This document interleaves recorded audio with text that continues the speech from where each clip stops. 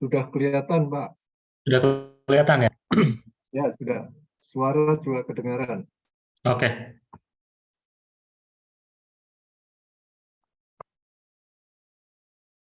Oke, tadi nggak sempat dikenalin ya Pak. Padahal kalau dikenalin saya nggak perlu bahas ini lagi.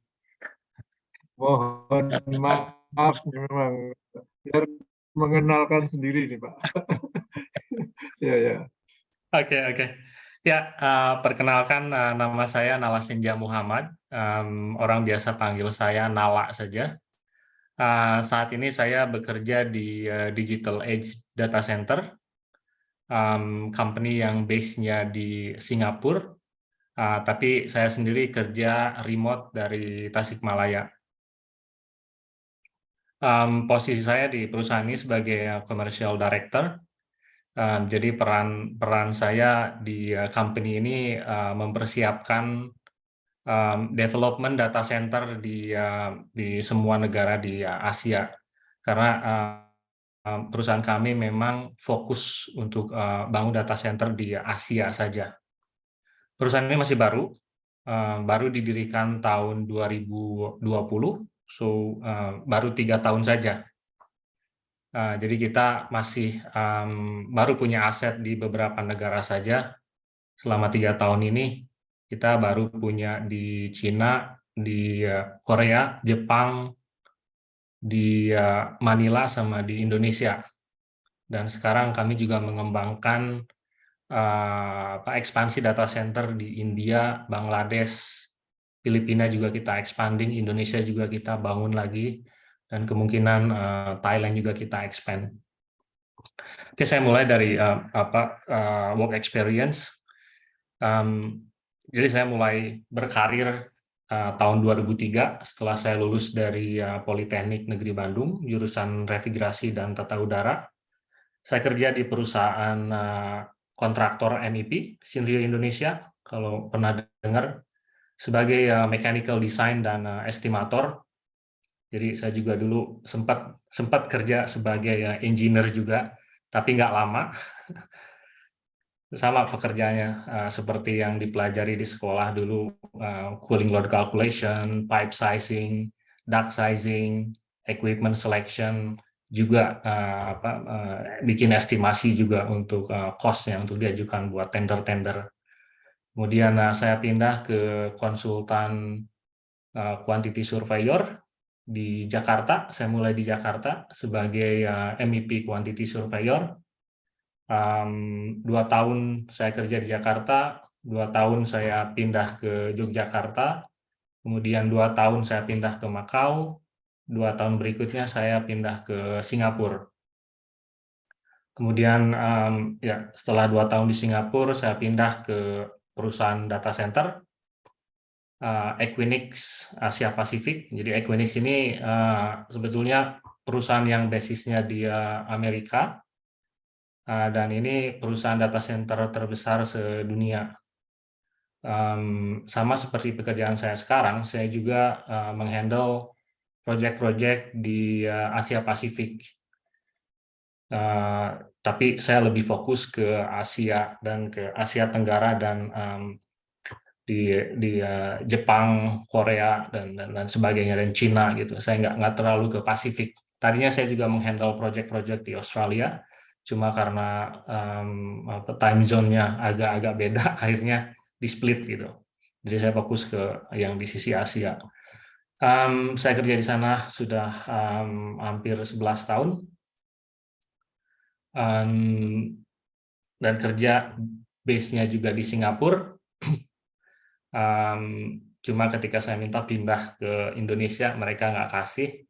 Akhirnya saya kasih, saya pindah kerja yang bisa ngasih saya kerja remote dari Tasikmalaya. Alhamdulillah bisa kesampaian kerja di kampung. Ya, tentunya karena saya sudah lebih dari 1 dekade kerja di perusahaan data center, sebagian besar proyek-proyek saya ya hanya data center di berbagai negara, Singapura, Hong Kong, Shanghai, Malaysia juga ada, Indonesia, Korea, dan negara-negara yang sekarang lagi berkembang juga, yang kita kembangin juga di Filipina, Bangladesh, India. Waktu di Makau saya juga bikin proyek terbesar saya bikin kasino dan juga mixed use building. Jadi mixed use itu ada hotel, resort, ada shopping mall-nya, entertainment dan sebagainya. Itu ya salah satu proyek terbesar saya yang saya kerjakan selama 2 tahun. Beberapa proyek di Hong Kong juga saya terlibat di Hong Kong University, HKUST, kalau ada yang tahu. Terus Skypier Building di Hong Kong Airport juga. Skypier Building itu terminal helikopter yang menghubungkan Hong Kong dengan Macau. Kemudian saya juga terlibat di sedikit sebetulnya proyek MTR di South Island Line. Di Singapura saya bikin fit out Stanchart Bank. Inilah momen di mana saya mengenal dunia data center ketika saya bekerja untuk proyek bank fit out. Tapi waktu itu nggak terlalu besar, paling cuma 100 rak gitu, nggak terlalu kompleks. Cuma desain data centernya juga sama kompleksnya dengan yang kapasitas besar yang puluhan megawatt. Di Indonesia, proyek-proyek saya ya standar aja, hanya hotel, mall, mungkin udah pada tahu Mall Arta Gading, Kelapa Gading Square, baru mau di Jogja itu ya mall-mall yang lumayan gede juga. Itu saja mungkin perkenalannya. Saya lanjut ke slide berikutnya. Ini beberapa foto dari data center yang saya kerjakan. Ini 5 proyek yang di atas ini semuanya di Singapura. Kalau kita bikin data center itu nggak sekaligus kita bikin langsung jadi semuanya terisi. Biasanya kita bikin semua shell and core-nya, tapi paling yang di fitting out itu 1 lantai atau 2 lantai. Jadi untuk bisa menyelesaikan satu building ini bisa sampai 5 tahunan. Tapi ini selesai dalam waktu 10 tahun saya bekerja di Equinix itu. Kemudian ini yang di bawah ini proyek-proyek saya di Hong Kong. Kalau ini kalau kelihatan kan bedanya ini gedung lama sama gedung baru. Jadi di Hong Kong itu karena space tanahnya itu susah, kita untuk bikin data center itu lebih mudah kalau kita sewa tempat. Dan jenis tempat yang biasa kita sewa itu kalau untuk data center biasanya gedung-gedung warehouse. Kenapa warehouse? Karena warehouse itu floor loading-nya tinggi. Biasanya di atas 10 kN per meter square atau 12,5 sampai 15 kayak gitu. Jadi karena floor loading-nya, karena untuk data center itu kita butuh floor loading yang besar, makanya kita cari gedung-gedung bekas warehouse. Jadi ini kita fit out sedikit-sedikit. Lama-lama ini yang gedung ini habis setengah kalau nggak salah. Kalau yang ini hampir 70%-nya ini udah diisi sama data center. Dan kalau diperhatikan di sini banyak sekali air cool chiller di sini. Banyak MEP equipment-nya, ini semuanya penuh. Di sini juga sebetulnya di baliknya ini banyak ini. Ini fotonya masih foto yang lama. Kalau foto yang baru ini udah penuh sama cooling tower di sini. Ini sangat tipikal yang namanya gedung data center itu di roof-nya itu udah pasti penuh sama equipment. Yang pasti ya kalau gedungnya besar, load-nya tinggi, pastikan kita pakai water cool chiller. Makanya yang di atas itu isinya pasti cooling tower. Ini juga sama, ini karena di Singapura ini diwajibkan di roof itu untuk di cover pakai louver, jadi ya di atas ini nggak kelihatan nih. Ini sebetulnya isinya cooling tower, ada genset juga, kelihatannya aja mulus, tapi isinya ini isinya berat ini semua. Sama juga ini yang di Hong Kong juga. Oke, saya lanjut ke slide berikutnya. Um, ini saya mohon maaf, ini saya bukan bermaksud untuk mengajari, hanya sharing aja. Apa yang akan saya sampaikan di sini itu hanya basicnya saja. Apa itu data center dan apa kaitannya dengan profesi kita semua yang ada kaitannya dengan apa HVAC ya, karena kita basisnya kan fisik engineering ya. Data center itu sebetulnya satu gedung yang isinya itu untuk menyimpan server, router, storage, semua IT equipment yang akan diakses melalui internet. Jadi kalau misalkan apa teman-teman di sini misalkan mengakses Instagram, right, atau Facebook, itu semua bisa diakses melalui internet dan datanya itu akan disimpan di data center. Makanya bisa diakses kapan saja, dari mana saja, dan itu akan selalu terkonek gitu. Bayangkan aja kalau data center mati, kalian nggak bisa ngelihat Instagram, nggak bisa lihat Facebook, nggak bisa googling, itu akan jadi masalah buat kita semua. Makanya yang namanya data center itu harus kita pertahankan, powernya kita harus selalu on, coolingnya juga harus selalu on. Jadi makanya orang data center kebanyakan biasanya background study-nya itu ada dua. Kalau nggak electrical, itu mechanical. IT ada tentunya. Cuma kalau company-nya itu fokus di bidang data center-nya, infrastrukturnya, pasti dia lebih banyak rekrut orang either mechanical atau electrical. Dan data center sendiri memerlukan power yang sangat besar. Kalau mau kita bandingkan, jadi data center itu kan satu IT rack. Kalau saya ada gambarnya di sini nggak? Nah, ini satu IT rack ini paling ukurannya itu 800 atau 600 kali 1,1200. Jadi 1,2 kali 0,6 aja, sekitar 1,5 meter. Sorry, 1,5. Di bawah 1 meter persegi gitu. Tapi load-nya itu, load kilowattnya itu ini minimal itu 3 sampai 4 kilowatt. Sementara kita di rumah, satu rumah itu standarnya kan 2,2 kilowatt gitu. Kita bisa pakai buat satu rumah, bisa pakai buat satu keluarga. Sementara kalau untuk IT ini 3 sampai 4 kilowatt itu ini yang paling rendah.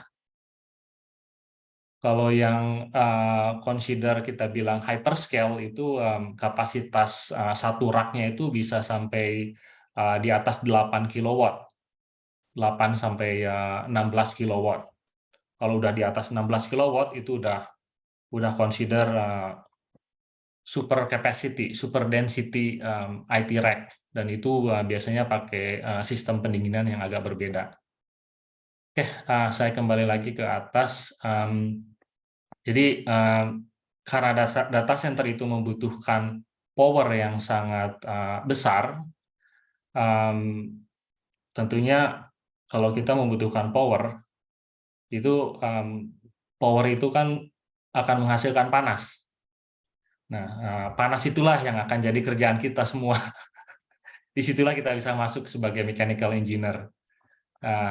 Oke, saya lanjut ke slide berikutnya. Jadi di data center itu equipment yang besar-besarnya itu terdiri dari sistem electrical, mechanical, dan ICT. Di electrical, karena data center itu harus selalu on, dia pasti punya UPS, dia pasti punya genset. Jadi nggak boleh sama sekali data center itu mati. Kalau misalkan power dari PLN misalkan mati, itu UPS kan langsung membackup.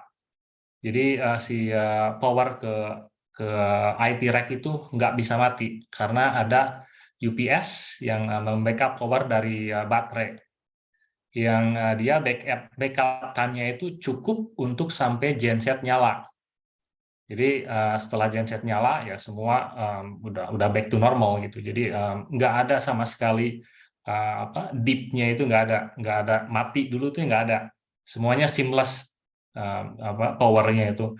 Jadi kemudian setelah PLN power misalkan resume balik lagi, baru nanti ATS yang akan memindahkan load ke PLN lagi. Itu juga sama, prosesnya juga seamless, jadi nggak ada downtime. Sama sekali nggak ada downtime, juga ada sempat mati dulu atau ngedip dulu, karena kalau ngedip kan bayangin aja kita kalau misalkan pakai lagi pakai komputer kan, terus kadang-kadang di rumah juga kan ada ngejepret sebentar gitu, ngedip itu power dip namanya, ngedip itu langsung restart kan. Nah, data center itu nggak boleh sama sekali seperti itu, makanya kita harus selalu pakai yang UPS. Kemudian di sisi mechanical systemnya, sebetulnya sih nggak ada yang spesial kalau untuk mechanical system, karena ya sama aja dengan gedung. Kita kalau kapasitas besar kan pakai chiller, baik itu air cool maupun water cool, kan tergantung dari total load-nya berapa. Pakai cooling tower ya standar juga. Yang membedakan paling hanya di sisi air distribution-nya. Jadi kalau misalkan kita di gedung biasa, di office, pakai AHU, pakai FCU, atau VRP misalkan. Nah, kalau di data center kita pakai CRAH atau crack. Jadi ini sama fungsinya seperti AHU untuk mendistribusikan udara dingin. Cuma ya kalau CRAH itu sama persis seperti AHU. Kalau crack itu sama seperti DX pada umumnya, sama seperti AC split yang kita punya. Jadi kalau crack itu terminologinya untuk computer room AC yang dia punya kompresor dan dia pakai refrigerant gitu untuk mendinginkan udaranya. Sementara kalau CRAH, air handling, itu kan pakai chilled water. Kemudian juga ada lagi juga kita juga bisa pakai yang namanya fan wall unit selain CRAH dan crack. Ada juga kita juga bisa pakai coil wall. Jadi itu semua sebetulnya fungsinya sama seperti air handling, hanya namanya saja dibikin beda dan memang bentuk dimensinya itu agak berbeda gitu. Ya itu hasil dari ya teknologi kan berubah, kita semakin berkembang gitu. Jadi kalau misalkan CRAH atau crack itu dimensinya terlalu tebal gitu, terlalu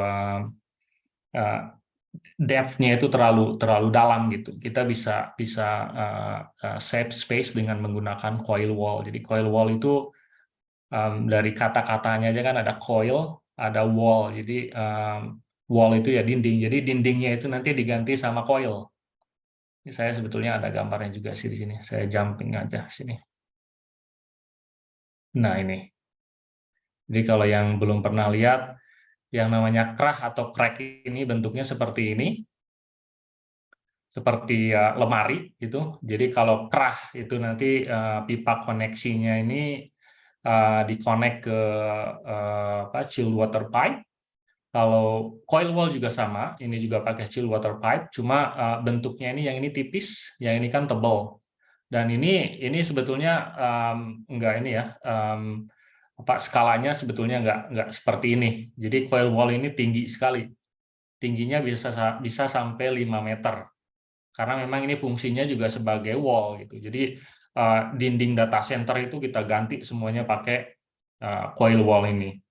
Kemudian yang ini fan wall, ini mirip seperti AHU, tebal juga, cuma kapasitasnya bisa besar kalau pakai ini. Jadi crack itu memang ada limitasinya. Crack atau CRAH itu ada limitasinya. Kalau CRAH ini biasanya sampai 200 kilowatt itu masih available di market. Kalau crack ini paling cuma 110, 120 gitu, nggak terlalu besar. Jadi kalau misalkan beban pendinginannya semakin besar gitu di data center, karena kan sekarang penggunaan data juga semakin meningkat kan secara eksponensial. Akhirnya makanya beberapa perusahaan seperti Facebook, Google, Amazon yang punya cloud gitu, dia berinovasi, ketemulah desain-desain seperti ini. Jadi ini equipment yang fungsinya sama seperti kerah, hanya saja ini bisa mengcover cooling load yang sangat tinggi. Karena faceplate-nya ini semakin luas gitu, semakin besar, areanya semakin besar. Jadi kapasitasnya itu juga semakin besar juga. Kalau dulu zaman dulu kerah sama crack ini kan kita namain precision, kalau pernah dengar juga precision air conditioner. Nah, ini yang namanya precision air conditioner itu. Jadi bedanya sama HU itu kontrolnya saja. Jadi ya kerah atau crack ini karena precision dia pakai kontrol PID. Jadi range temperaturnya itu bisa sangat dekat gitu.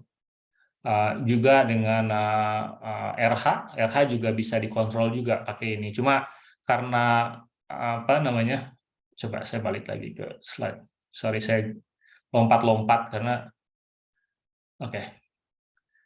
Kalau dilihat di sini ya, ASRE ini menentukan bahwa recommended temperature sama RH itu di sini ya, yang recommended ini. Jadi antara 15 sampai 32 derajat untuk temperatur dan humidity 20 sampai 80 derajat.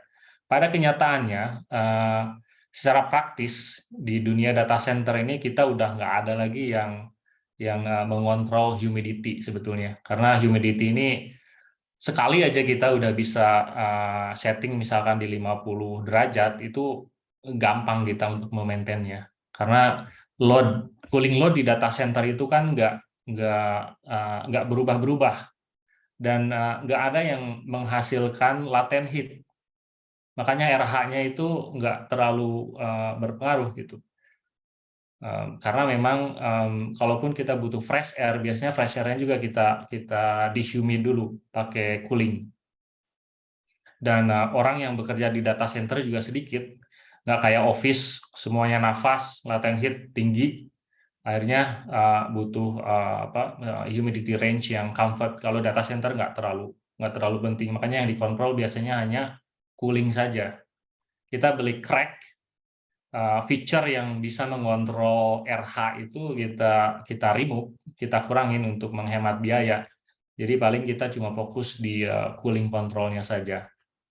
Dan juga kalau dilihat range di sini 15 sampai 32 derajat, ini kan range-nya sangat lebar sekali ya. Pada kenyataannya untuk menghemat energi, selama ini industri data center kita biasanya bermain di tengah-tengah. Jadi angkanya kalau sekarang sih main semuanya di 25 derajat. 25 derajat plus minus 3 atau 2. Jadi ya 25 sampai 28, ke bawahnya 23. Disitulah kita bermain gitu. Jadi nggak kayak kalau ada teman-teman yang bekerja di desain untuk gedung-gedung kan, biasanya kan chill water temperature itu kan bisa sampai misalkan 10-15 gitu, chill water entering dan leaving itu. Kalau di data center itu bisa 21, 27 gitu. Jadi tinggi. Nggak harus dingin data center sekarang. Yang penting itu IT equipment-nya tetap running well, itu aja. Oke, coba tadi sampai mana? Oke, tadi saya bahas sampai mechanical system. Selanjutnya ada komponen ICT. Tentunya data center kan sebagai infrastruktur IT, pasti ada yang namanya IT backbone. Hanya saja porsi untuk IT backbone ini kecil, dan saya juga nggak akan bahas terlalu banyak karena ini juga di luar ekspertis saya. Yang pasti dari sisi ICT, semua equipment yang ada di sini, electrical dan mechanical, kita pasti membutuhkan yang namanya building monitoring system dan juga kontrol. Kalau electrical biasanya sih hanya monitoring saja, kecuali mungkin genset kita butuh sedikit kontrol. nggak terlalu complicated, nggak secomplicated kontrol untuk chiller dan kontrol untuk kerah unit. Jadi akan sangat bagus kalau misalkan mechanical engineer juga memahami bagaimana cara mengontrol equipment ini. Kalau misalkan ada beberapa equipment gitu kan, kalau misalkan kita hanya punya satu chiller, otomatis cuma on and off saja kan, dan bebannya dia akan ngikutin aja gitu. Tapi kalau misalkan ada 10 chiller gitu, kapan kita mau running? Apakah kita mau running ke 10-10-nya? Apakah kita cuma mau running 9 gitu? Terus apakah semua chiller itu akan mendapatkan beban yang sama? Nah, itulah orang mechanical engineer lah yang akan menentukan bagaimana kita akan mengontrol chiller seefisien mungkin. Makanya orang-orang kontrol pun yang biasanya ngerjain programming kayak gitu, dia tetap butuh input dari mechanical engineer.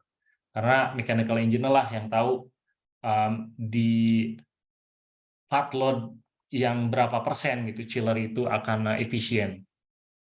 Ya. Kemudian security sudah pasti wajib di data center.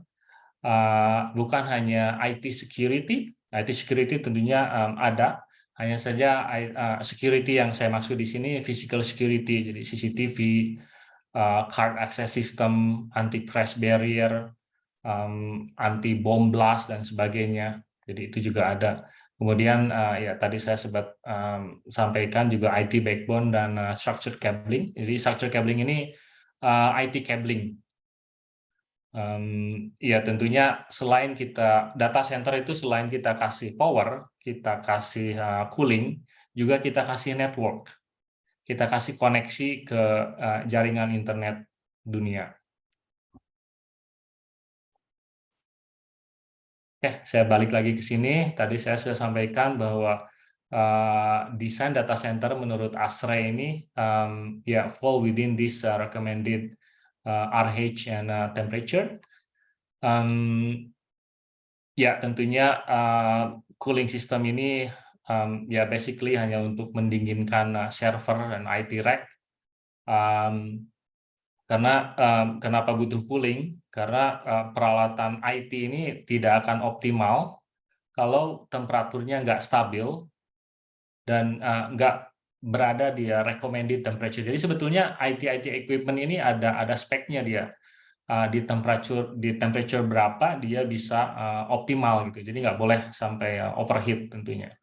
Sama juga seperti laptop yang kita pakai kalau udah overheat akan jam, ngehang kan. Ya sama juga dengan server, storage dan IT equipment yang lainnya sama juga. Jadi temperaturnya harus dijaga. Ini ya disinilah kita bisa masuk sebagai mechanical engineer.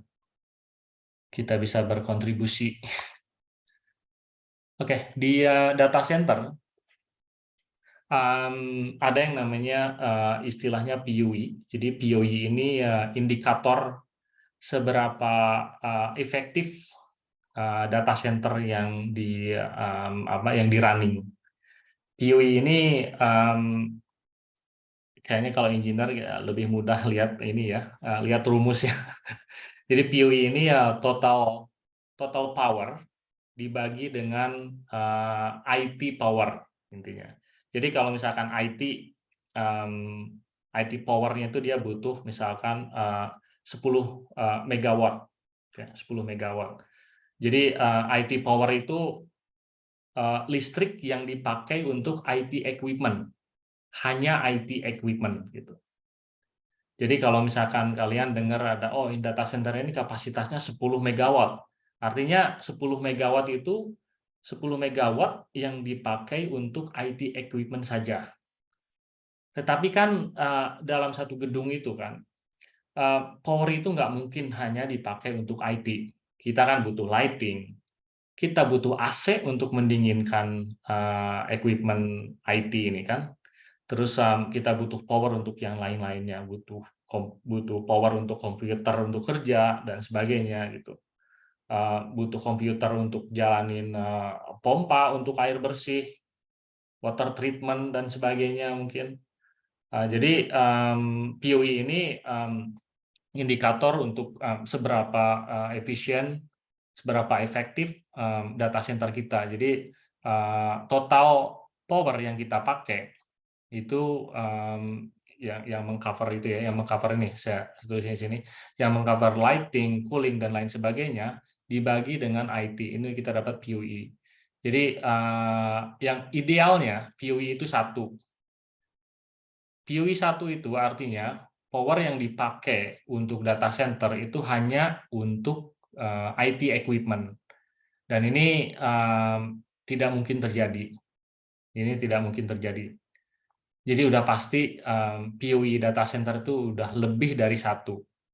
Kalaupun misalkan kita pakai free cooling kayak desainnya yang terkenal kan Yahoo ya. Yahoo tuh dia bikin desain data center tuh seperti chicken coop. Chicken coop itu sama kayak kandang ayam gitu, kandang ayam. Jadi dia bikin di negara 4 musim tentunya. Dia cuma pakai kipas angin aja. Jadi kipas angin dia ambil free cooling dari luar aja, dia masukin ke data center, ya udah dinginnya pakai kipas doang gitu. Itu pun nggak mungkin mencapai satu, pasti 1, sekian gitu. Cuma karena dia hanya pakai fan saja, POE-nya ya mungkin 1,1 atau 1,05 gitu misalkan. Jadi tetap nggak akan satu gitu walaupun pakai free cooling, kecuali mungkin IT equipment-nya dibikin di udara terbuka misalkan dibiarin aja di angin-angin kayak gitu itu mungkin satu. Tapi in reality POE satu ini tidak mungkin. Jadi di industri ini POE biasanya berkisar sekitar 1,4 sampai 2 ya, in reality. Cuma biasanya kita desain coba deketin ke 1,2 gitu. Terakhir saya bikin project di Manila itu kita tes coba 4 megawatt itu bisa sampai 1,19. Kita pakai equipment yang agak mahal yang namanya SPLC. SPLC itu juga sama seperti prinsipnya adiabatic cooling. Kita juga menggunakan free cooling juga. Cuma setelah kita coba di load yang lebih tinggi, ternyata nggak nyampe PUE yang sama juga gitu. Nggak terlalu berhasil juga ternyata, walaupun udah pakai free cooling equipment. Oke, lanjut ke slide berikutnya. Ini data center density. Jadi density ini bisa ini satuan sebetulnya, satuan unit yang dipakai per rak atau per kabinet ya. Jadi data center itu tadi saya sudah bilang bahwa biasanya kita kasih kapasitasnya itu dalam bentuk kilowatt atau megawatt ya. Itu berdasarkan power yang dipakai untuk IT saja. Selain itu juga kita pakai unitnya berdasarkan jumlah rak. Misalkan kita pakai 10 megawatt, jumlah raknya 2.000 rak misalkan. Nah, density-nya itu adalah pembagian antara total power dibagi dengan jumlah rak. Itu kita dapat density. Untuk klasifikasi density sendiri di data center, biasanya kalau sampai 4 kilowatt per rak itu kita bisa kita kategorikan sebagai low density data center. Ini yang biasanya yang standar dari dulu sebetulnya desainnya itu cuma sampai 4, cuma karena sekarang ini kan penggunaan data semakin tinggi, semua pingin cepat gitu, akhirnya kita butuh super komputer juga kan, yang butuh power lebih tinggi.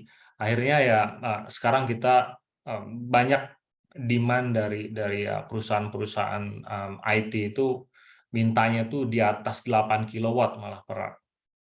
8, 10 gitu. Jadi sampai 15 kilowatt gitu per rak. Tapi kalau udah di atas 15 kilowatt per rak ini udah super banget gitu. Biasanya sih jarang sih yang kecuali untuk aplikasi-aplikasi yang unik ya. Sekarang juga penggunaan ChatGPT, terus mobil-mobil listrik kayak Tesla itu kan butuh juga data center gitu. Penggunaannya sih density-nya sih masih within market density sih sementara ini. Tapi mungkin tidak menutup kemungkinan bahwa density-nya semakin lama itu akan semakin tinggi itu. Dan semakin tinggi density-nya semakin butuh cooling kan. Kalau semakin butuh cooling ya berarti dunia data center membutuhkan orang seperti kita. Oke. Ini gambar saya ambil dari Google. Jadi kalau dilihat ini sangat menarik ya warnanya, sama seperti warna Google. Chillernya dia pakai York warna hijau. Jadi tipe cooling untuk data center itu ada dua, ada air cooling, ada liquid cooling. Jadi untuk membedakannya, di data center itu kan biasanya kita menghindari yang namanya air masuk ke data center. Makanya kita pakai sebentar.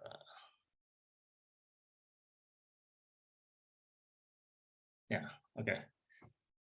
Ini salah satu contoh gimana kita menghindarkan air untuk masuk ke ruang data center. Jadi yang namanya data center itu atau white space atau data hall itu space yang untuk menyimpan rak-rak IT ini yang di sini nih. Nah, ini kita bikin koridor di sini, kemudian fan well unit atau crack atau krah itu dibikin di koridor mechanical. Dan ini nanti koneksi pipa dari chiller itu akan masuknya di sini gitu. Jadi nggak akan sampai masuk ke data hall gitu. Nah ini salah satu sistem yang kita namakan air cool. Jadi yang didistribusikan ke ruang data center itu adalah udara dingin. Oke. Sementara tipe yang lainnya itu yang namanya liquid cooling.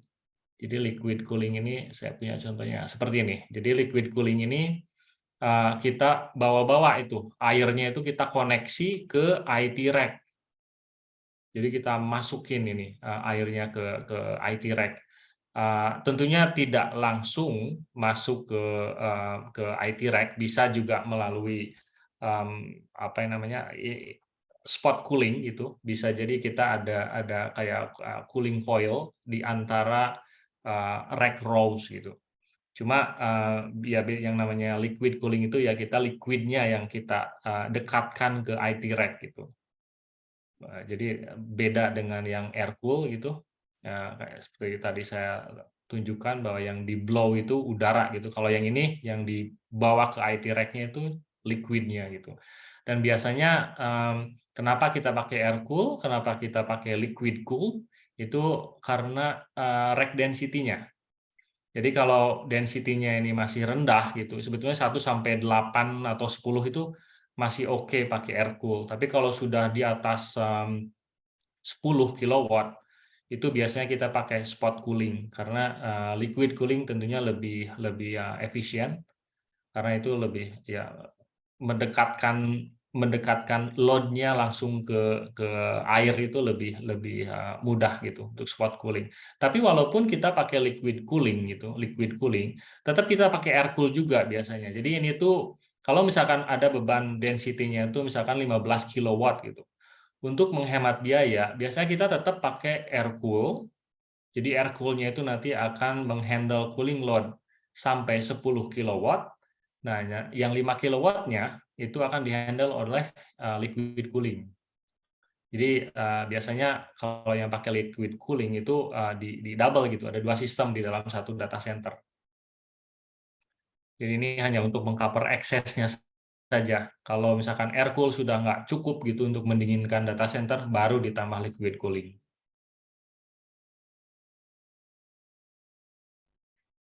Oke, sorry.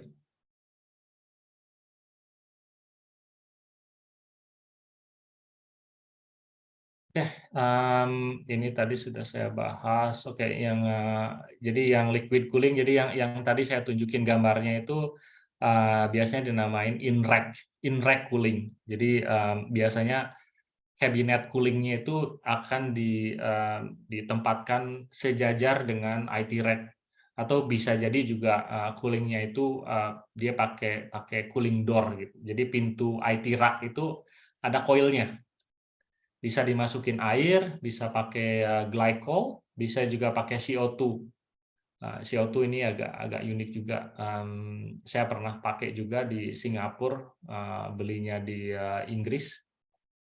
Jadi kalau CO2 kan kalau bocor itu masih aman gitu, masih aman ke IT equipment karena dia gampang menguap gitu. Tapi kalau water kan kalau ada leakage agak-agak risky.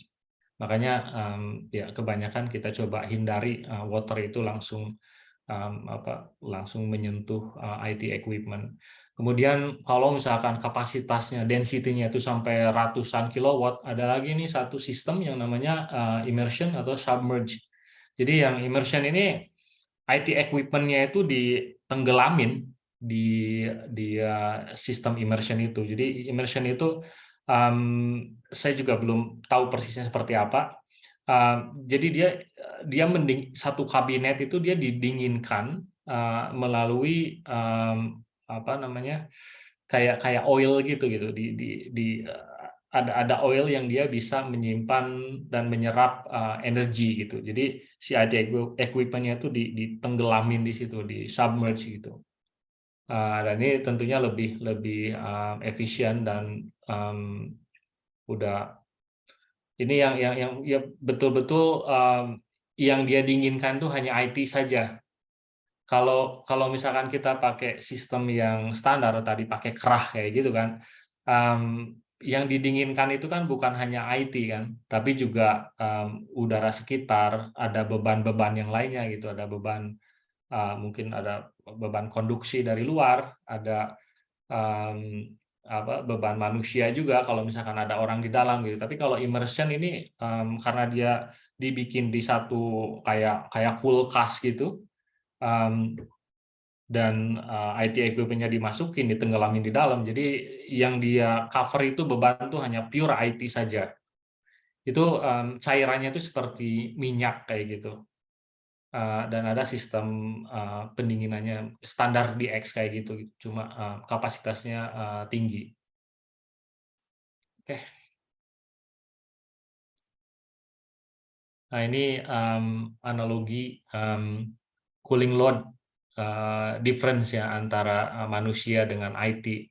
Jadi manusia kalau dia duduk gitu dia akan menghasilkan panas 400 sampai 450 BTU per hour. Tapi coba lihat ini IT rack ini.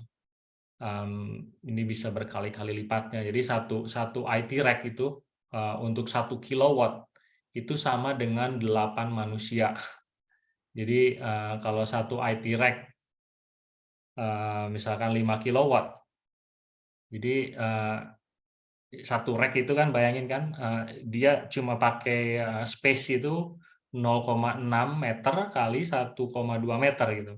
Dan beban panasnya itu sama dengan 40 orang. Jadi itu untuk menggambarkan betapa beban pendinginan untuk IT rack itu sangat tinggi.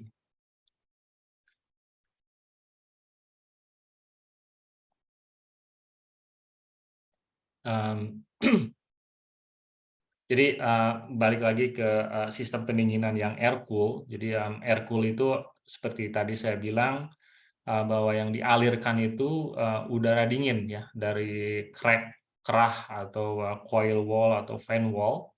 Jadi dia didinginkan ke bagian depan IT rack, karena di bagian belakang IT rack itu dia punya kipas sendiri dia.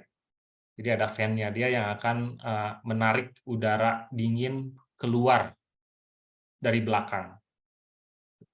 Ini prinsipnya seperti ini kalau yang air cool. Kemudian kalau yang water cool tadi kita udah bahas, jadi airnya yang kita bawa ke mendekati rak, tapi prinsipnya sama. Jadi yang menarik udara dari depan ke belakang itu fan-nya si IT rack sendiri. Jadi IT equipment itu dia di belakang itu kan pasti ada kipasnya. Sama kayak CPU yang kita punya yang zaman dulu itu kan di belakangnya kan ada kipas gitu. Kipas itu kan fungsinya kan untuk mendinginkan, bukan untuk remove heat dari IT equipment itu. Ini sama juga fungsinya seperti itu. Yang membedakan karena di sini ada cooling, jadi udara yang ditarik sama fan yang di belakang IT equipment itu jadi udara dingin gitu. Jadi bisa diserap kalornya dan dikembalikan, ditransfer melalui chill water ini. Kembali lagi ke chiller. Jadi ini lebih jelas lagi bagaimana cara crack dan kerah ini bekerja.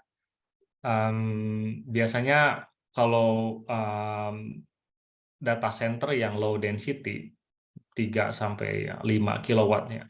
Zaman dulu ini kita biasa pakai raised floor. Jadi raised floor ini floor atau apa namanya? Lantai yang ditinggikan. Kenapa kita tinggikan? Karena ini berfungsi sebagai supply air plenum. Jadi ini berfungsi sebagai ducting lah istilahnya. Kenapa dulu desainnya seperti ini? Karena udara dingin itu kan cenderung berada di bawah ya. Jadi makanya kita cenderung supply cold waternya itu dari bawah. Jadi biar nggak karena IT rack itu kan tingginya standar ya. Tingginya standar, paling cuma sekitar 2 meteran kayak gitu. Jadi kalau misalkan tinggi data centernya misalkan sampai 5 meter gitu, kita kan nggak perlu mendinginkan udara yang di atas IT rack.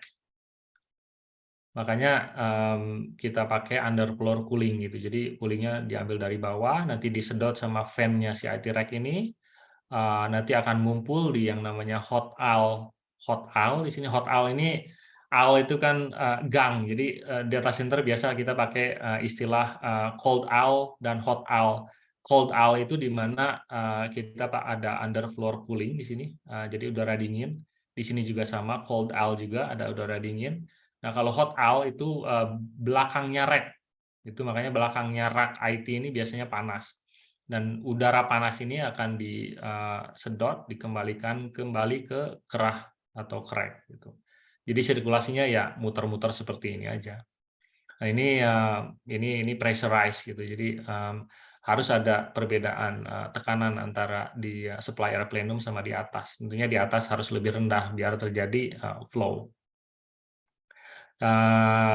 Jadi bedanya keras sama crack itu ya ini digambarkan di sini secara jelas. Jadi kalau misalkan kerah ini sebetulnya sih sama sih, crack maupun keras sama, gambarnya seperti ini. Yang membedakan kalau crack ini si pipanya ini akan terkoneksi ke condensing unit, akan terkoneksi ke kondenser yang di luar. Tapi kalau kerah ini connect-nya ke chiller nanti. Ya. Itu aja sih bedanya. Air handling sama air conditioner. Kemudian ya ini sama juga ini menunjukkan sirkulasi ya udara gimana keluar dari bawah ya, keluar dari bawah. Kemudian ya udara panasnya akan kembali melalui hot aisle containment. Jadi ini yang namanya tadi saya bilang kan ini gang-gang panas ini hot aisle, terus kita pakai ducting ini kembali lagi ke crack. Jadi crack-nya juga fan-nya juga di bawah gitu karena di sirkulasi udaranya kan dari bawah. Bawah pressurize naik ke atas, panas balik lagi, udah muter-muter seperti ini aja.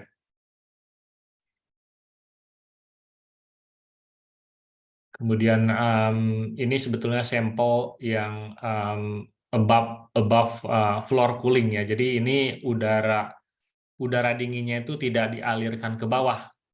Seperti tadi saya jelaskan. Jadi kalau ini langsung dari dinding. Makanya kita bilang ini fan wall atau coil wall. Jadi dinding, wall, fan wall, coil wall gitu. Jadi ini langsung dialirkan langsung ke ruangan ini. Jadi semuanya ini semua ruangannya itu akan dingin gitu. Kemudian return-nya akan tetap kembali melalui hot aisle containment dan dialirkan ke ceiling. Biasanya kalau yang above floor cooling, yang nggak ada raised floor-nya itu dia pakai ceiling tetap. Jadi ceiling itu fungsinya ya sebagai return plenum aja. Jadi ya untuk mengisolasi antara space yang dingin dengan space yang panas. Jadi return-nya akan kembali ke sini. Kalau dilihat ini kan jelas ya yang mana yang cold aisle, hot aisle, cold, hot. Jadi kayak gini. Jadi kita bisa tebak bahwa bagian depan IT itu ya di sini yang ada cold-nya. Ini bagian belakangnya. Dan ini biasanya digabung. Jadi kalau ada 2 row, ini kita namakan IT row ini. Di tengah-tengahnya pasti hot, pasti dibikin kayak gini, dibikin event gitu. Oke, kita lanjut ke yang berikutnya. Karena di data center ini kita tidak boleh mati listriknya, tidak boleh mati coolingnya. Kita biasa tambahkan redundancy. Jadi redundancy itu kalau yang belum pernah dengar ya redundant itu extra equipment yang biasanya kita standby gitu equipment. Misalkan ini saya kasih analogi. Jadi misalkan kalau kita butuh 400 kilowatt beban untuk satu data center, ya, kita bisa select crack unit 4 unit ya, 4 kali 100 untuk mengcover 400 kilowatt ini.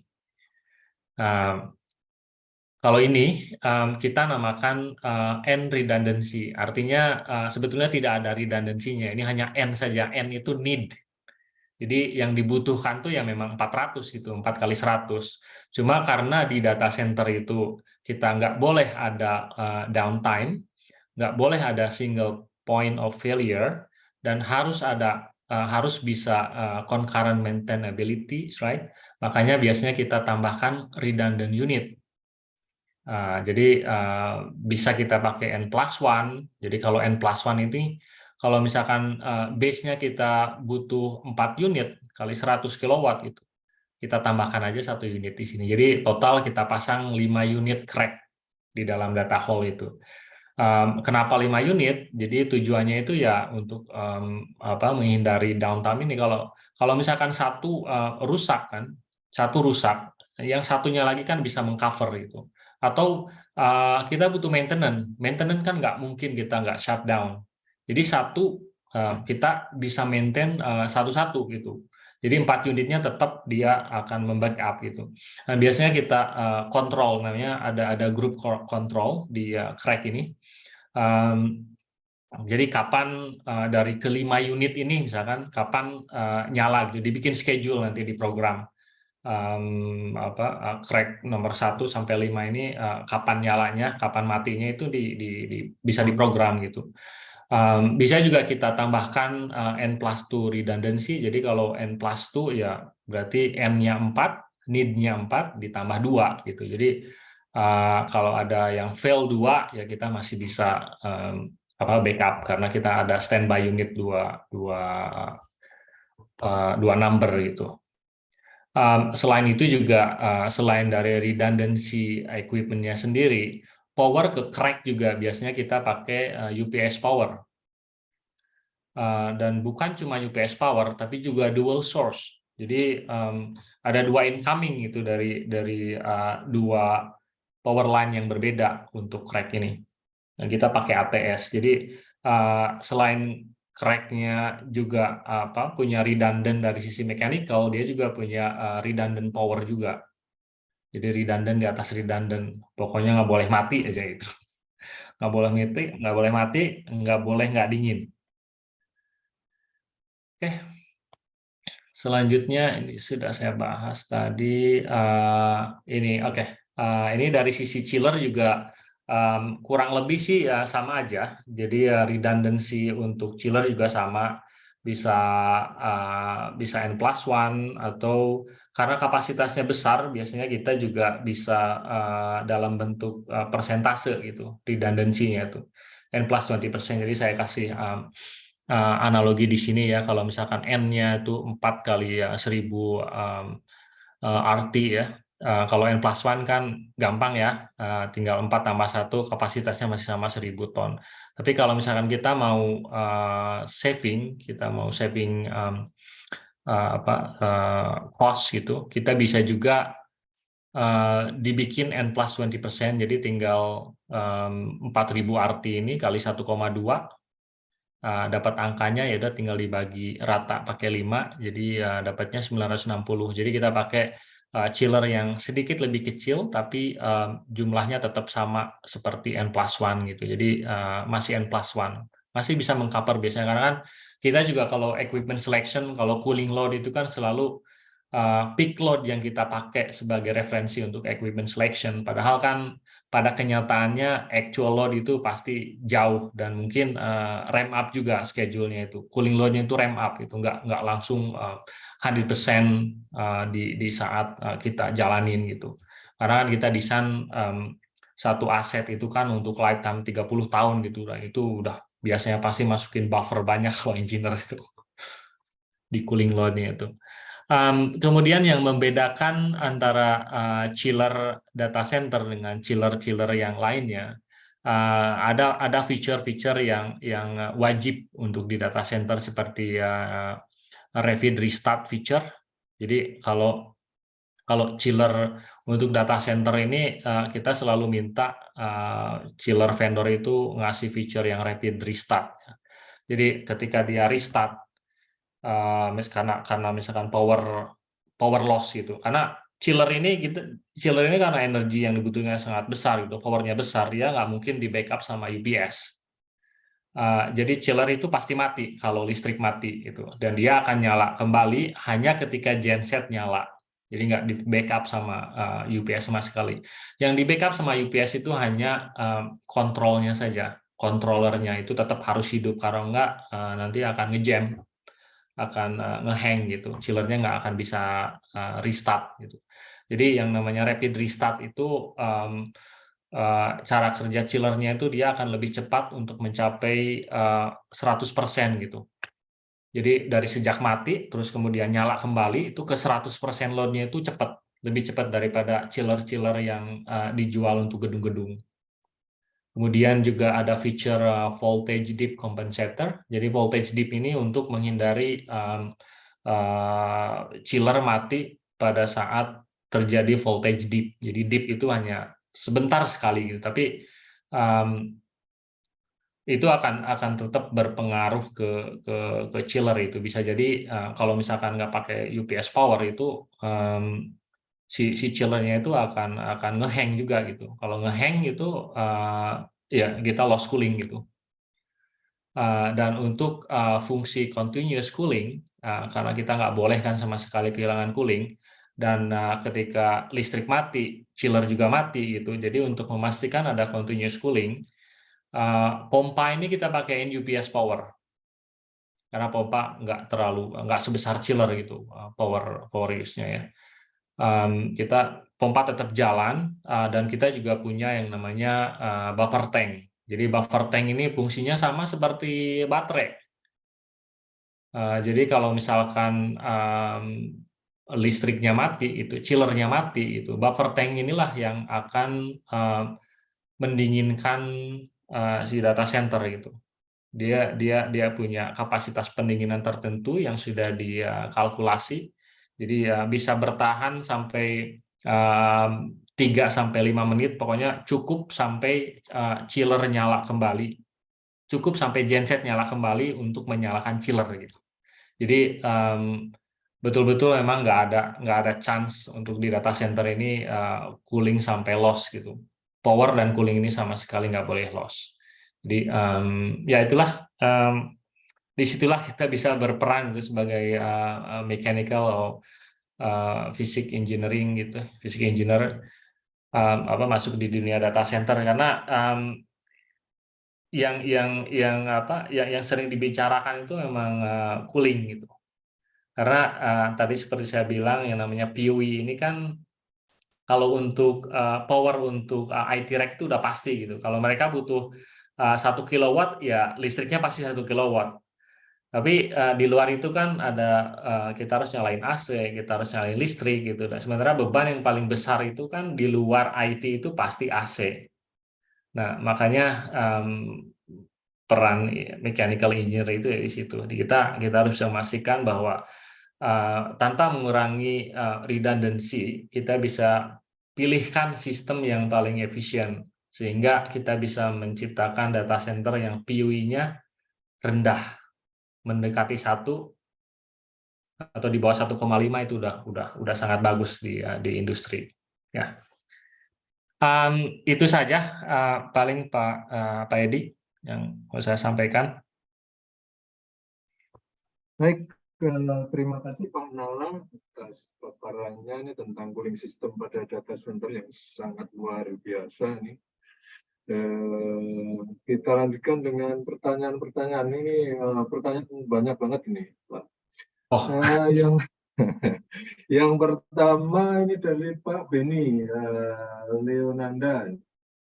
Bagaimana kalau terjadi kebakaran? Bukankah tidak mungkin air disiram atau disiram dengan air atau pakai shower? Apakah ada alat khusus atau bahan khusus untuk mencegah penyebaran api? ya, Terima kasih, silakan. ya. Kalau di data center juga ya kalau kita selalu menghindarkan ada air bukan berarti kita nggak boleh pakai air ya untuk memadamkan kebakaran. Di beberapa negara itu data center itu mewajibkan untuk memakai total flooding system. Total flooding systemnya biasanya pakai Novec kayak gitu, Novec atau mungkin dulu biasa kita pakai FM200. Jadi itu bukan air dan itu tidak akan merusak equipment IT gitu. Itu salah satu solusinya. Kemudian yang berikutnya karena sekarang ini kan banyak customer itu yang nggak mempermasalahkan sebetulnya kalau misalkan ada kalau misalkan ada kebakaran ya karena data center itu selalu dijaga oleh operator 24 jam gitu. Dia kalaupun kita misalkan pakai sprinkler system gitu, itu ketika terjadi kebakaran itu si sprinkler itu nggak langsung menyemburkan air. Jadi biasanya kita pakai alarm system, terus ada juga yang namanya view detection system. View detection itu very early warning system. Jadi itu responnya itu lebih cepat daripada smoke detector yang normal. Itu akan ngasih signal ke operator gitu. Jadi operator pasti akan tahu, dia akan langsung secepatnya ketika ada indikator alarm kebakaran gitu, dia akan secepatnya masuk ke data hall, kemudian dia akan coba padamkan menggunakan fire extinguisher yang biasa gitu. Jadi penggunaan air itu udah di stage yang final gitu. Kalau memang sudah tidak bisa lagi dipadamkan oleh fire extinguisher, biasanya kita pakai CO2, itu baru sprinkler nyala. Jadi itu pilihan terakhir sebetulnya.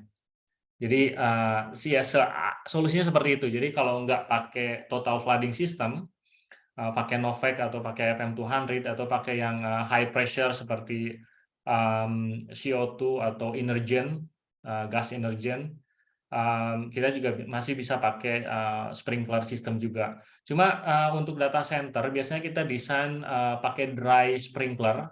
Jadi dry sprinkler itu kalau sprinkler yang di gedung-gedung biasa itu kan airnya tuh kan stagnan, standby di dalam pipa ya. Jadi ketika sprinkler nyala itu udah langsung keluar air gitu. Tapi kalau di data center itu karena kita pakai dry sprinkler system gitu, itu yang standby di pipa itu bukan air, isinya itu biasanya udara atau nitrogen. Jadi si air itu dia standby di satu titik, di lantai yang sama gitu. Itu nanti air itu hanya akan keluar setelah udara atau nitrogennya itu habis. Jadi betul-betul kita sebisa mungkin kita hindarkan air itu keluar dari sprinkler gitu. Jadi kalau misalkan kebakaran sudah bisa di handle pakai fire extinguisher ya selamat gitu, sprinkler nggak akan nyala gitu. Kalaupun nyala misalkan tapi apinya sudah mati gitu ya, kita bisa langsung cepat-cepat matiin gitu. Jadi sebisa mungkin dihindari air itu. Jadi itu mungkin. Baik, berikutnya pertanyaan dari Pak Pandu Santoso. Spesifikasi pendingin data center yang spesifikasi internal tadi disebutkan nih pakai ASRE. Apakah ruang data center selalu positive pressure dan apakah bangunan data center diletakkan di darat atau di laut, di atas vessel atau kapal? Oke. Ntar, satu-satu. Ya, Oke. Tadi lokasi ya. Jadi biasanya sebelum kita tentukan lokasi itu kita kan ada proses engineering namanya due diligence ya. Jadi sebelum kita pastikan lokasi data center itu kita study dulu, ada flood study, ada traffic study, kita juga ambil sampel sampel tanahnya, kita juga cek connectivity networknya dari mana gitu, terus kita juga cek water availability-nya seperti apa, power availability-nya seperti apa, dan bukan cuma kalau water itu bukan cuma water availability, tapi juga water quality-nya seperti apa gitu. Nah itu biasanya yang dijadikan patokan kita untuk memilih tempat. Kita ya cenderung yang kita hindari itu banjir. Jadi kita biasa melakukan studi 100 sampai 500 tahun. Jadi ada nggak kemungkinan 100 sampai 500 tahun itu kita kena banjir gitu. Biasanya kita juga bikin data center levelnya itu lebih tinggi daripada jalan atau sungai gitu. Jadi pertanyaan apakah harus di tempat yang tinggi atau di pantai itu sangat relatif, nggak fix gitu. Di Singapura juga kan saya bikin data center nggak terlalu jauh dari pantai sebetulnya. Dan itu nggak jadi masalah. Paling yang membedakan itu karena struktur tanahnya itu kalau dekat pantai itu kan agak lembek itu, paling ya struktur desainnya aja yang agak beda. Terus tadi apa lagi Pak Edi? nah ini ruangannya apakah tekanannya positif, artinya udara Iya, itu ya, keluar dari ruangan. ya, tekanannya kita bikin positif daripada koridor. Baik, berikutnya masih Pak Pandu ya, ini apakah power data center dari PLN atau genset dan ketahanan dari proteksi petir bagaimana? Kalau petir sendiri sih kan ada sistem lightning sistemnya sendiri kan, sama aja seperti gedung biasa, nggak ada yang berbeda. Kalau power biasanya kita main powernya tetap pakai PLN kalau di Indonesia. Di negara lain juga sama, kita pakai tetap power grid sebagai main power dan genset sebagai backup. Oke ya. Sorry. Just. Apa itu sudah menjawab Pak?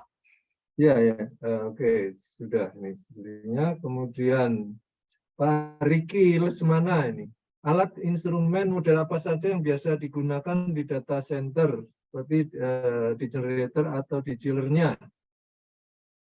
Kalau instrumen sih nggak ada yang berbeda dengan yang lainnya. Kalau kita butuh BTU meter ya tentunya kita butuh BTU kalkulator, kita butuh temperature sensor, kita butuh flow meter. Nggak ada yang berbeda dengan sistem chill water pada umumnya. Oke, Ya. berikutnya dari Pak Muhammad Fatoni, untuk membackup suatu data center yang down akibat gempa misalnya, bagaimana ya? Sedangkan server harus on terus. Ya, biasanya IT company itu dia punya disaster recovery facility. Jadi ini contohnya saya kasih contoh di Hong Kong karena di Hong Kong ini kan setiap tahun itu kan dia apa namanya sebentar Pak.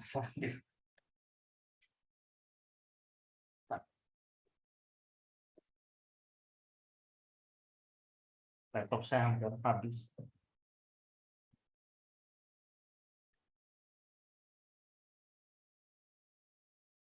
Mande? Iya, Mande? ya nanti. Jadi di Hong Kong itu kan setiap tahun dia ada typhoon ya. Jadi klien-klien kami yang punya yang nyimpen datanya tuh di data center kami itu dia juga punya disaster recovery. Jadi data-datanya itu bisa di-cloning ke disaster recovery-nya. Biasanya sih seperti itu. Kalau negara-negara yang punya potensi disaster, jadi Baik, nggak berikutnya mungkin masih nyimpen data di satu data center, pasti di beberapa data center sekaligus. baik. Berikutnya Pak Pandu lagi nih. Posisi data center itu apa bisa diletakkan di ketinggian dengan udara yang sangat tipis, area yang temperaturnya minus? Apakah data center juga bisa mobile atau bergerak? Bisa, Pak. Nggak jadi masalah itu. Kalau lokasi kan di beberapa negara di Eropa itu dia bikin di gunung yang remote gitu karena dia mengharapkan free cooling. Jadi nggak jadi masalah. Kalau yang mobile itu bisa aja sih yang mobile kayak gitu. Kalau lihat di film-film kan ada yang kayak gitu. Tapi biasanya kalau untuk yang komersil data center nggak pindah-pindah, biasanya fix location-nya. Oke. Oke. Baik, berikutnya dari Pak Hedi. Bagaimana sistem keamanan data center dalam memproteksi data itu sendiri pada saat terjadi kebakaran? Sama jadi jawabannya seperti tadi. Jadi yang namanya data center itu company seperti Facebook itu dia nggak mungkin nyimpen data itu di satu tempat gitu. Dia pasti punya disaster recovery plan-nya. Dia biasanya ada cloning-nya gitu. Jadi data transfer itu pasti akan cepat ketika terjadi disaster. Jadi potensi kehilangan data pasti bisa dihindari sih. Baik, berikutnya Pak Muhammad Fatoni. Ya. Untuk server seperti Instagram, Facebook, WhatsApp, dan lain-lain, apakah khusus data centernya atau digabung dengan server lain di dalam suatu data center? Ya itu sih relatif ya tergantung dari corporate-nya. Bisa aja dia data center itu kan ada yang namanya data center colocation. Jadi colocation itu satu bisnis data center yang menyediakan space, power, cooling dan network ke company-company seperti Facebook dan lain sebagainya. Dan apa? Sorry. Saya kira. Poinnya apa tadi Pak? Bisa diulangi lagi? Apakah itu server Instagram, Facebook, WhatsApp itu Oh khusus digabung ya? atau ya Ya. digabung? Ya? Jadi biasanya kalau company yang besar kayak gitu dia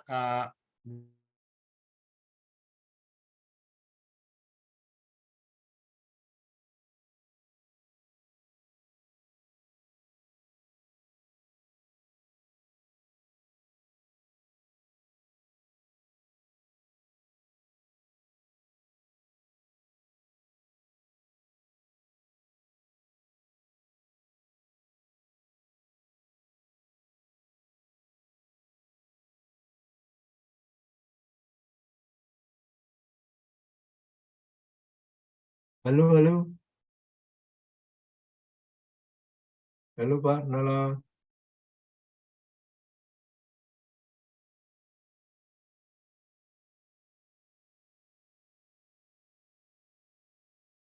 Halo Pak. Oh ini baru keluar nih, mohon maaf kita tunggu sebentar.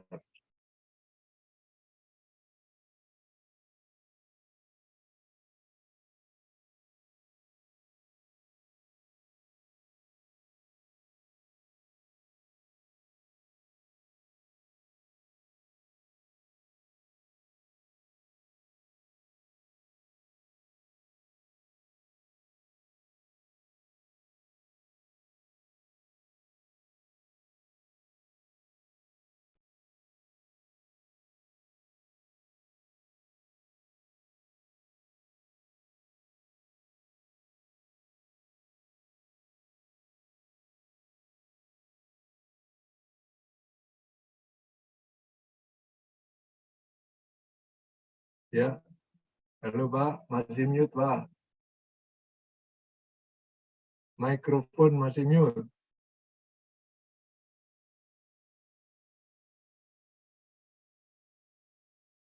Masih mute Pak.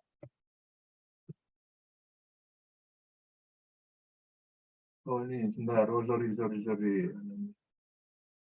Saya yang salah nih, sebentar.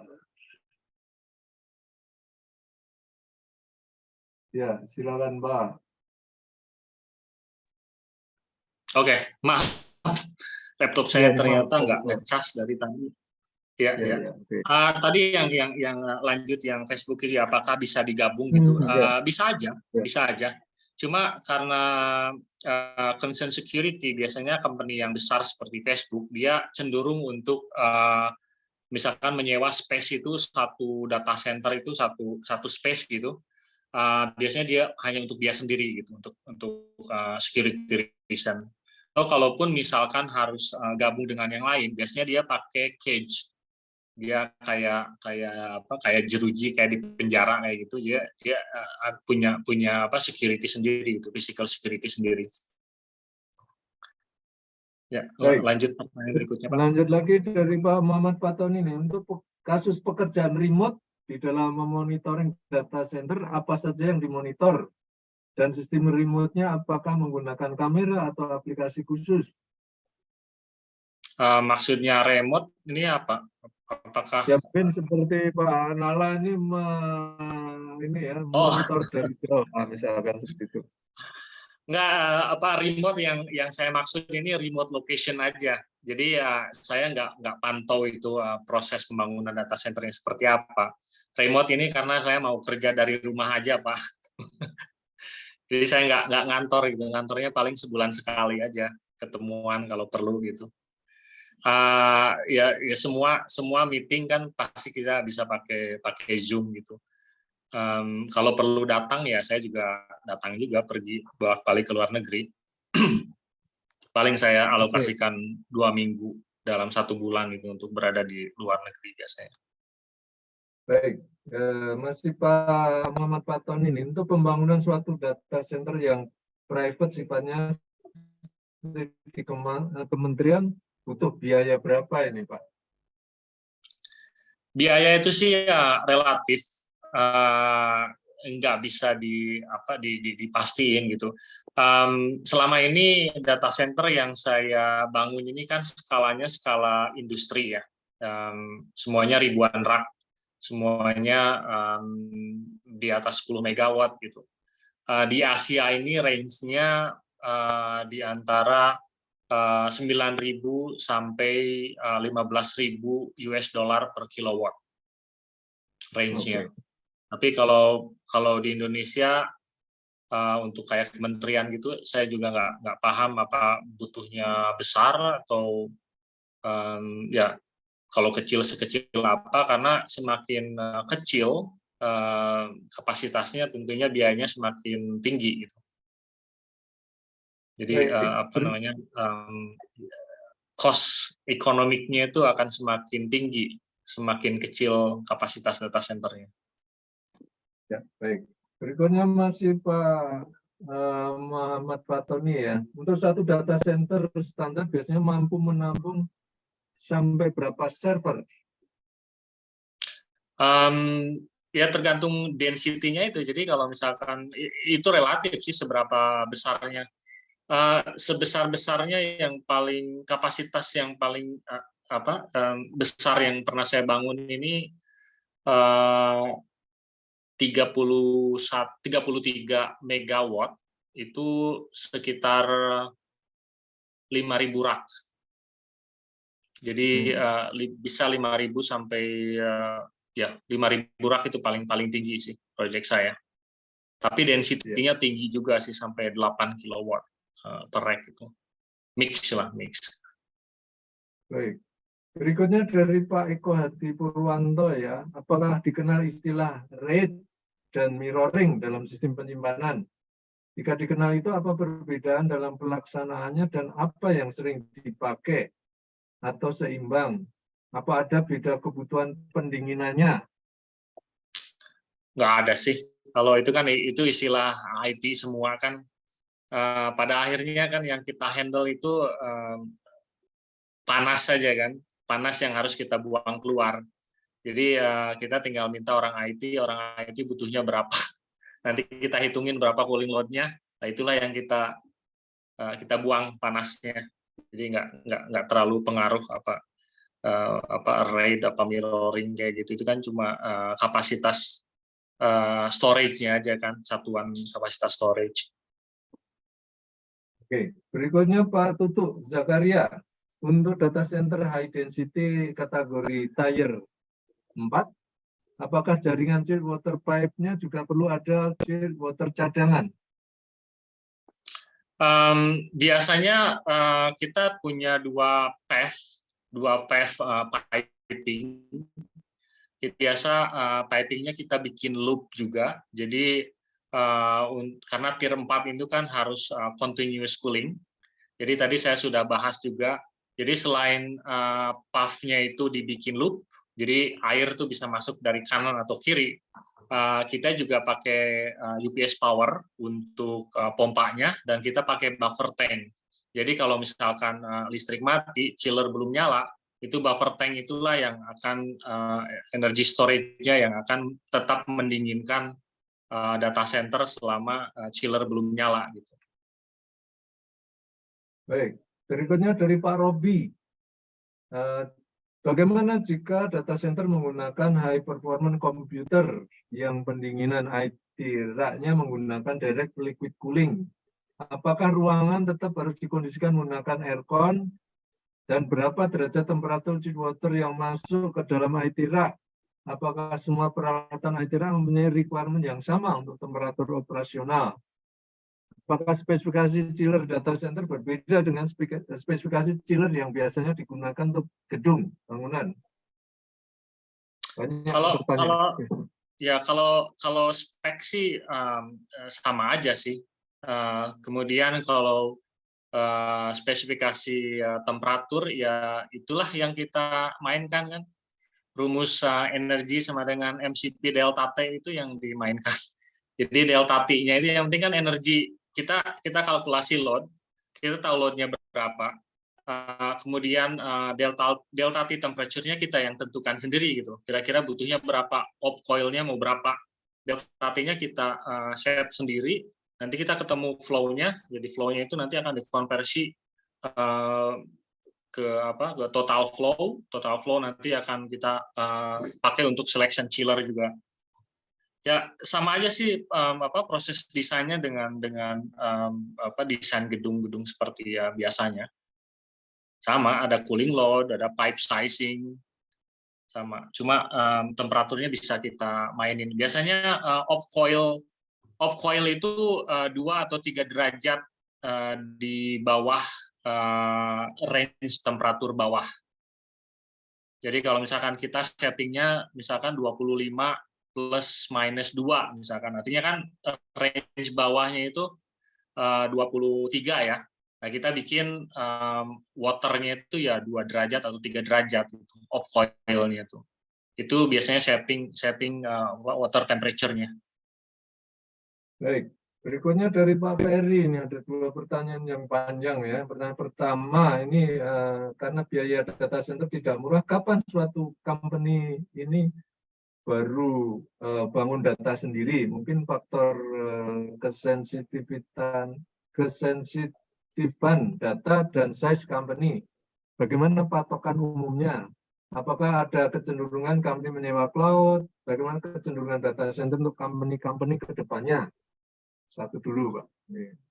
Ya memang ya sekarang ini cloud kan lagi rame-ramenya ya. Itu memang solusi buat company yang memang tidak punya resource untuk memanage IT system, atau juga tidak punya space, atau dia juga mau menghemat capex.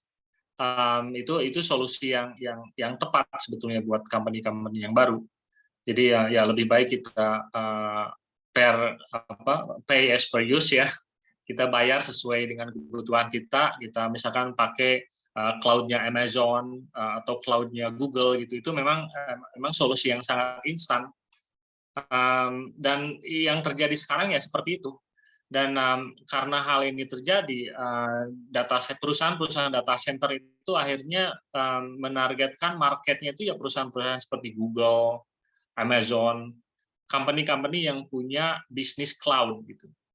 Makanya kita bikin data center yang besar-besar gitu. Masih bisa untung karena memang kita ordernya gede-gedean Pak dari perusahaan cloud. Kalau yang dari kecil-kecil itu ya kecil juga. Lama nanti. Berikutnya yang kedua, untuk data center di Indonesia khususnya untuk kota-kota besar, adakah rumus umum secara general untuk menghitung biaya security system 24 jam 7 hari seminggu yang meliputi CCTV, access door, interferensi, teror, dan sebagainya? Terima kasih, Pak. Oh, ini unik juga ya pertanyaannya security ya. Ya. Kalau security macam-macam. Kalau apa itu sepertinya ada terkait juga dengan manpower-nya ya. Kalau manpower ya tinggal dihitung aja sih berapa butuh banyak orang gitu dalam. Saya juga nggak paham sih kalau menghitung resource untuk security.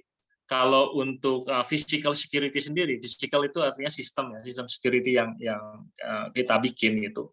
Itu cost per megawattnya itu sekitar 400 sampai 600 US dollar per megawatt. Tapi kalau cost untuk meng-hire security itu saya juga nggak paham itu. Harus ditanya sama orang yang nge-hire security. Baik. Berikutnya dari Pak Muhammad Abdillah nih, bagaimana hubungan tier data center dengan redundancy? Tier itu menentukan redundancy kan dari Uptime Institute kan dia ngeluarin 4 tier ya, tier 1, 2, 3, 4, dan itu menentukan redundancy sistemnya seperti apa gitu. Tadi kan sudah dibahas yang namanya tier 4 itu kan ada continuous cooling ya. Selain continuous cooling juga dia punya redundant di sisi electrical-nya. Jadi electrical-nya juga udah pasti jalur dari PLN-nya itu udah pasti 2 gitu. Jadi semuanya 2. Gensetnya juga ada 2 gitu. Listriknya dari PLN ada 2 incoming. Cooling sistemnya mungkin tidak 2, bisa saja dia pakai N+1, tetapi dia punya continuous cooling. Dan dia sudah pasti concurrent maintainable. Jadi semua equipment-nya itu dia bisa di-maintain, tetapi tidak harus meng-shutdown sistem atau equipment. Kalau tier 3, dia nggak perlu continuous cooling. Yang pasti, yang penting itu semuanya concurrent maintainability. Jadi kalaupun misalkan ada downtime di cooling itu masih bisa diterima gitu. Biasanya sih industri nggak terlalu pakai tier classification yang dari uptime. Jadi tadi pertanyaan-pertanyaan kan banyak yang menyebutkan tier system gitu. Ini tier system ini memang populer di Indonesia, tapi di US sendiri ini nggak terlalu populer gitu. Di Eropa juga nggak terlalu populer, jadi kita nggak terlalu pakai itu sebagai benchmark. Dan standar di industri untuk colocation, proyek-proyek yang saya bikin itu, kalau kita coba masukkan klasifikasi uptime tier, itu bukan tier 4 dan bukan tier 3, tapi di antaranya gitu, antara tier 3 dan tier 4 gitu. Yang penting tuh always on, baik power, network, maupun cooling. Itu aja prinsipnya. Jadi nggak usah terpaku sama Uptime Institute, itu hanya salah satu standar aja gitu yang dipakai di industri, tapi tidak semuanya terpaku ke Uptime. Cuma kebetulan di Indonesia memang banyak yang pakai standar Uptime. Baik, berikutnya dari Pak Rizky Maulana, untuk annual maintenance electrical panel, apakah pernah sampai mati total untuk suplai listrik dan coolingnya? Dan apa impact-nya terhadap IT equipment jika di shutdown sementara? Tadi saya sudah bilang bahwa tidak boleh ada shutdown, tidak boleh ada downtime. Jadi shutdown itu memungkinkan selama kita punya dua set equipment itu, walaupun kita shutdown dan kita maintain misalkan satu panel gitu, nanti panel yang lain itu tetap bisa energize gitu. Jadi kita tinggal pindahkan aja load-nya. Jadi nggak boleh sama sekali mati. Haram hukumnya, listrik mati, cooling mati, network mati di data center itu. Baik, berikutnya dari Pak AJN. Izin bertanya, posisi crack unit kan sudah fix untuk cooling flow-nya terhadap rak. Lalu di mana posisi redundant backup crack-nya? Itu karena kalau misalkan pakai underfloor cooling, semua udara itu kan dialirkan melalui underfloor cooling ya, dan udaranya itu nanti akan bercampur. Jadi itu kita nggak terlalu peduli sisi redundant-nya itu yang di sebelah mana gitu. Itu karena redundant itu bisa pindah-pindah. Kalau misalkan ada 5 unit berjejer gitu, itu bisa yang jadi redundant itu bisa yang unit 1, 2, 3, 4, 5 itu bisa kapan aja jadi redundant. Udara yang mengalir ke data hall yang dari bawah itu udah mixing dari beberapa unit crack unit. Jadi nggak masalah yang mana yang akan kita set sebagai redundant unit, mau di tengah, mau di samping, itu nggak jadi masalah. Baik, berikutnya dari Pak Amin. Apakah ada sertifikasi khusus untuk engineer yang mendesain data center? Ya itu salah satunya Uptime itu kan yang mengeluarin desain juga, ada ATD kalau nggak salah apa namanya. Terus juga saya lupa lagi. ada memang yang banyak di Indonesia ini banyak orang yang ikut gitu. Tapi kalau di luar sendiri sih yang saya tahu gitu ya di Singapura atau di US, Europe itu orang sih nggak terlalu concern masalah sertifikasi. Kebetulan di Indonesia sertifikat itu memang penting. Saya juga nggak punya sertifikat. Tiap kali ngajuin training buat uptime kayak gitu selalu ditolak. Apa ini ikutan? Kita standarnya, bukan mereka. Iya. Gitu. Oke. Jadi ya, dari Pak praktis lebih tinggi, kemampuan praktis itu lebih tinggi levelnya daripada sertifikat. Baik, berikutnya dari Pak Tutut Zakaria lagi. Untuk sistem liquid cooling, pada umumnya berapa temperatur in-out chill water dari sistem chiller? Biasanya kalau yang spot cooling, yang liquid itu, biasanya sih kebanyakan pakai refrigerant ya. Kalau pakai refrigerant ya temperaturnya kan kita nggak bisa milih-milih. Ya temperatur refrigerant aja, sistem refrigerasi kan temperaturnya nggak jelas kan yang ada di pH diagram itu. Dan tergantung jenis refrigerantnya, karakteristik seperti apa.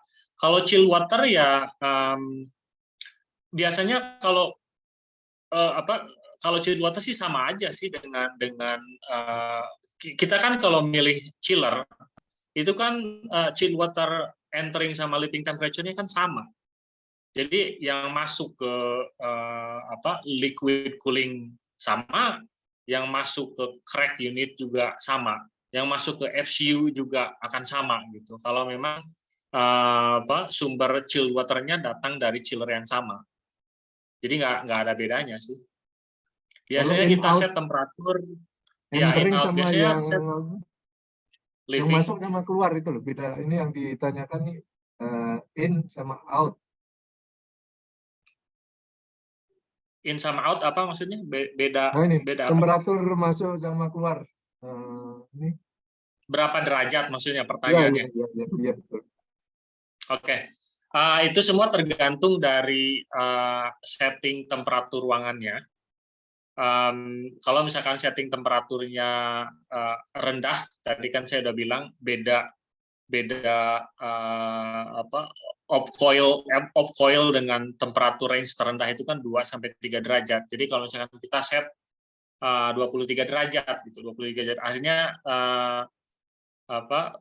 air yang harus masuk di coil itu minimal ya 20 derajat gitu.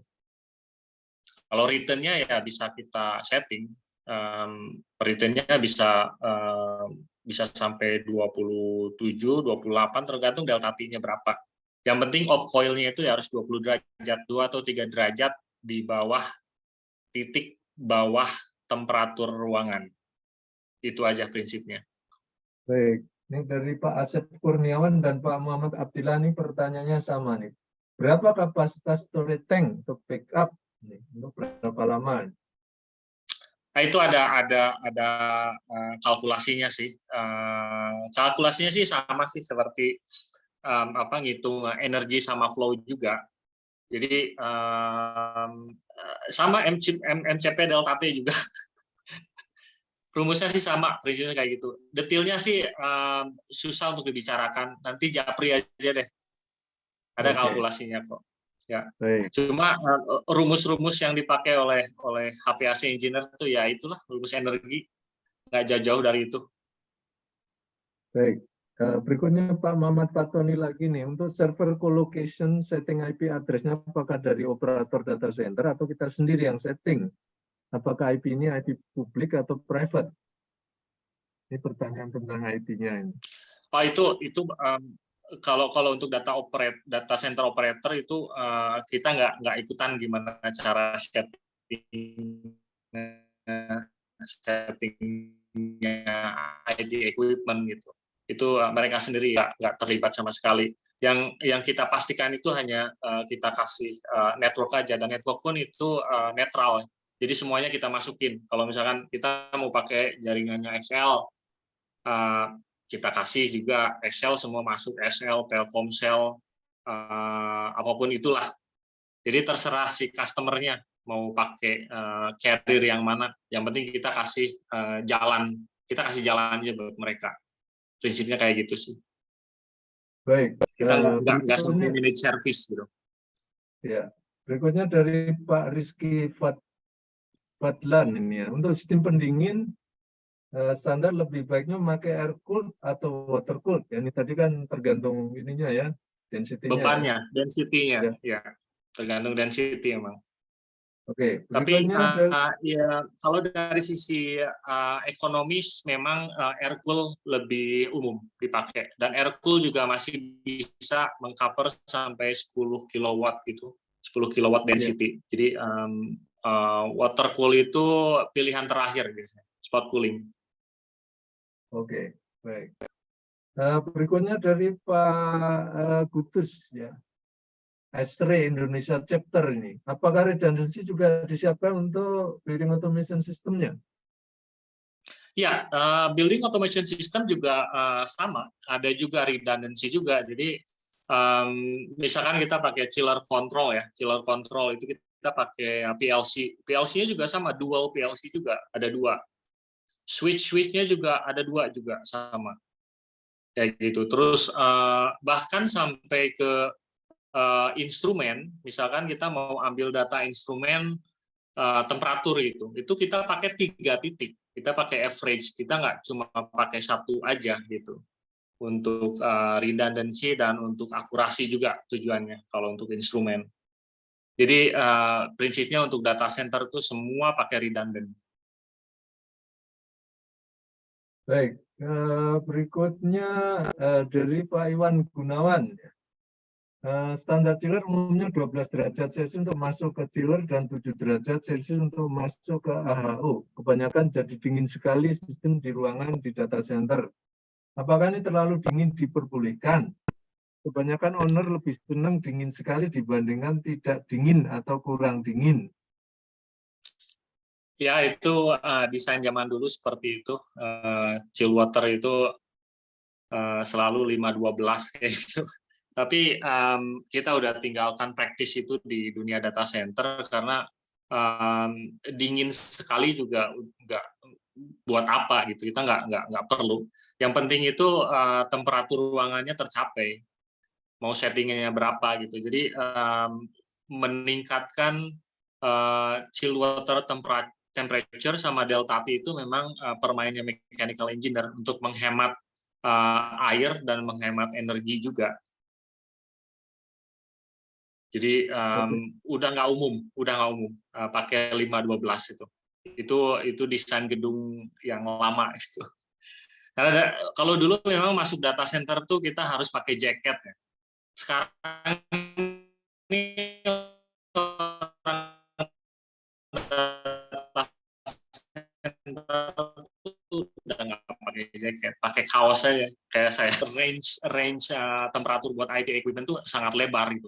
Sekarang semua orang bicara tentang ESG, environmental sustainability, governance, kan semuanya pengen saving energy, ingin mengurangi carbon footprint. Inilah peran mechanical engineer ini untuk memainkan perhitungan energi itu di sini, meningkatkan delta T, temperature gitu. Sementara kita masih dapat kita masih bisa mentransfer energi yang sama gitu dengan meningkatkan temperatur. Itu hanya permainan airflow dan water flow saja.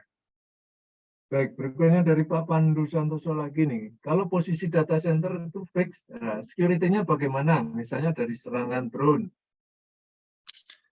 Ya, memang kalau serangan dari atas sih nggak pernah ada di studi. Memang kalau bicara masalah risk itu nggak akan ada habisnya kan. Kalau dari atas ya bisa drone, bisa juga ada yang ngirim misil nuklir juga kan, kayak gitu kan nggak ada ujungnya nanti. Biasanya yang kita cover itu serangan dari darat, Pak. Nggak dari atas. Kalau dari atas ya sudah habis. Nggak bisa ditahan gitu. Jadi kalau cuma bom blast kayak gitu biasanya ada kita provision bom blast atau bom mobil. Kita untuk menghindari bom mobil kita pakai anti crash barrier namanya. Jadi si mobil itu nggak akan bisa mencapai gedung gitu. Kalaupun bisa mencapai gedung, itu beberapa sudut di gedung itu kita desain strukturnya anti bom blast. Jadi bahkan bukan hanya bom blast saja gitu, hanya blastnya aja yang anti. Tapi kalau sampai misalkan pakai granat kayak gitu ya tentunya akan ada kehancuran gitu. Cuma blastnya itu nggak akan membahayakan struktur gitu. Baik, berikutnya nih Pak Pandu Santoso nih yang angkat tangan nih. Silakan Pak nih untuk mungkin klarifikasi pertanyaannya.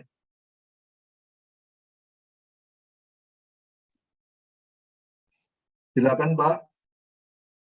Kalau nggak ada kita lewat. Berikutnya Pak Ahmad Saifuddin nih. Untuk brand AC yang biasa dipakai di luar negeri ataupun di dalam negeri, brandnya apa ya Pak? Mohon pencerahan. Kalau untuk chiller kan pemainnya nggak banyak. Kita biasa pakai Trend atau York atau Carrier. Memang tergantung jenisnya ya, mau pakai air cool apa water cool. Kalau water cool kan yang udah terkenal memang 3 brand itu ya. Kalau air cool kan masih bisa kita pakai Vertiv, pakai Stultz atau brand-brand lain yang lainnya, pakai Schneider. Kalau untuk crack sendiri ya pemainnya juga masih itu aja, pakai Vertiv, Stultz, Schneider. Biasanya itu yang top tier ya. Oke, berikutnya dari Pak Edi ini. Apakah ada rule of thumb kapasitas cooling per meter persegi sebagai estimasi awal untuk kondisi perencanaan sistem AC data center?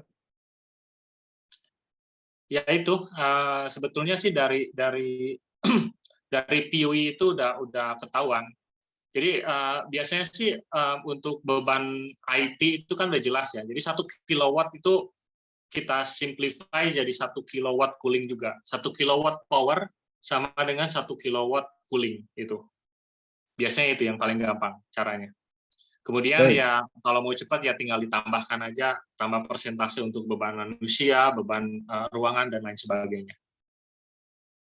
Baik, yang tentunya tidak akan terlalu signifikan. Ya, dari Pak Fuad Muhammad nih, apakah sistem kontrol HVAC masuk ke dalam sistem utama data center atau sistem yang independen? Bagaimana sistem keamanan HVAC di data center? Apakah ada standarnya? Ya.